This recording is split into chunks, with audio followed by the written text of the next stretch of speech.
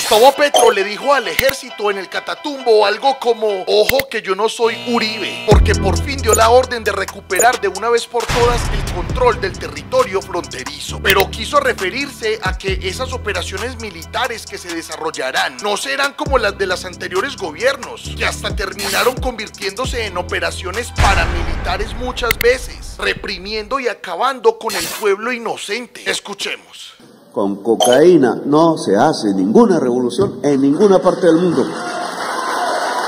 No vamos a reprimir a la población. Esto no es Uribe, ni es la Comuna 13. Aquí nuestro enemigo no es la gente. Lo que queremos es que la gente sea nuestra amiga y podamos trabajar juntos. Y por tanto no vamos a interferir teléfonos o encarcelar civiles inocentes o perseguirlos o hacer toques de queda o golpearlos con gases lacrimógenos, no. La paz comienza porque el territorio sea democrático, donde la gente sea libre. Si algo está haciendo el ELN es acabar la libertad, y si algo tenemos que hacer nosotros es fundar la libertad, emancipar es la palabra, porque aquí, y quiero que ustedes me entiendan, aquí va el Estado a controlar la frontera. Si no, pues esto ha sido un problema eterno en el norte de Santander. Si no, seguimos en medio de las violencias. Y por eso la cúpula militar que está aquí acompañándome. Dice Gustavo Petro que el Estado va a controlar la frontera. Y la verdad es que se está demorando. Porque es el mismo presidente quien reconoce lo desdibujados que están los grupos armados dentro de este conflicto atroz que parece inacabable. Y quienes pretenden no hacer la paz, sino seguir lucrándose del narcotráfico, deberán simplemente enfrentarse a la justicia.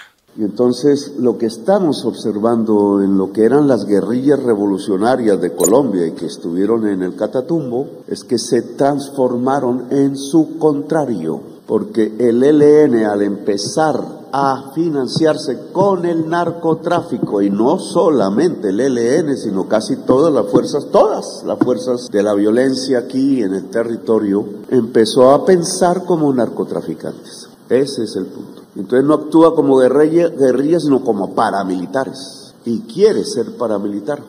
El Catatumbo tiene unos actores de la violencia que han cambiado en el tiempo. Llegaron a defender la población, llegaron a hacer una revolución para mejorar la vida, pero han terminado en lo contrario, y eso también hay que decirlo. El llamado al gobierno nacional tiene que ser que, por supuesto, ahora con el estado de conmoción interior en funcionamiento y con el gabinete de todo el gobierno en el territorio, no se puede dar más prórroga a la dispersión de los grupos armados en la región, pero sobre todo, y casi que más importante aún, que después de eso no le den más prórroga a la construcción social real y con inversión del Catatumbo. Es que los gobiernos siempre han militarizado, quizás si dispersan a los grupos armados y luego otra vez abandonan para que se repita el ciclo. Hoy, como Petro mismo lo reconoce, la tarea fundamental para pacificar estructuralmente la región debe ser la de implementar el pacto por el Catatumbo que por varios años han construido diferentes organizaciones sociales que conocen más sus municipios que nadie. Por eso hay que llevar a la región más educación, como con la Universidad del Catatumbo que el presidente mismo prometió y de la que decimos debe acelerarse bastante su proceso de construcción, porque los anteriores gobiernos nunca se habían interesado en este tipo de cosas para el territorio.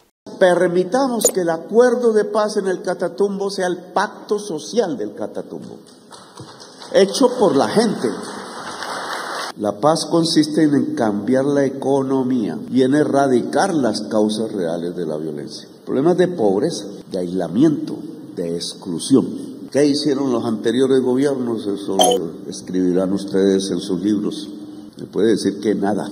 Es una mentalidad gubernamental, yo le llamo oligárquica, disculpen la palabra, pero esa se la inventó Aristóteles y me gusta, que no mira el territorio, que no mira el pueblo, solo piensa en enriquecerse a sí misma. Ahora, por más difícil que parezca, tenemos que seguir luchando por mantener viva esa oferta, esa posibilidad de la paz. Jaime Garzón decía, con las mesas de diálogo hay que insistir e insistir, y si se paran las partes hay que volverlas a sentar y volver a dialogar. Esos sin duda son los espacios más incómodos, los más difíciles para verse cara a cara. Son espacios aparentemente improductivos, objetivos, pero es en donde se acuerda lo más importante y en donde precisamente hay que lograr que los grupos armados que lleguen a sentarse empiecen, por ejemplo, a desarmarse. Aunque claro, todo esto entendiendo que en la inmediatez hay que actuar. No se pueden dejar de lado las acciones y estrategias militares. Inicialmente en vía de procurar la protección de quienes se vieron obligados a desplazarse y enseguida en vía de despejar la región y retomar el control de la zona. Desde hace tiempo había que empezar a atajar en la medida de lo posible las consecuencias del abandono histórico y estructural que los gobiernos anteriores dejaron sobre esta región. Pero por eso mismo, la paz no puede dejar de verse como una posibilidad a la cual hay que perseguir.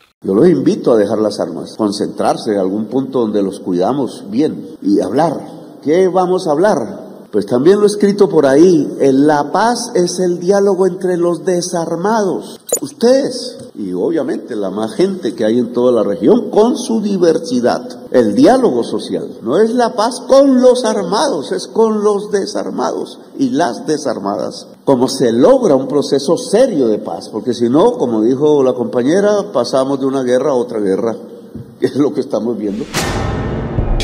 ¿Cómo ve usted el panorama a corto plazo del Catatumbo con la gran crisis que todavía está viviendo y con lo que puede ser la futura implementación por fin del llamado Pacto por el Catatumbo por parte del gobierno nacional? Tantos y tantos años que los gobiernos de la clase política tradicional pudieron invertir, pudieron meterle mano a este territorio y nunca lo hicieron. Y hoy sí vienen a darse golpes de pecho, pero a ver, ¿por qué cuando tuvieron el poder no lo usaron entonces en beneficio de la región? Ahora es que hay que empezar a implementar los planes que las organizaciones sociales mismas han creado y hacer presencia de Estado como lo necesita al territorio de manera integral. Deje su opinión en un comentario y ameniza el debate con argumentos. Ya saben que yo soy Hernán Muriel y que les agradezco con todas mis fuerzas su apoyo a la comunicación alternativa y a Cofradía para el Cambio.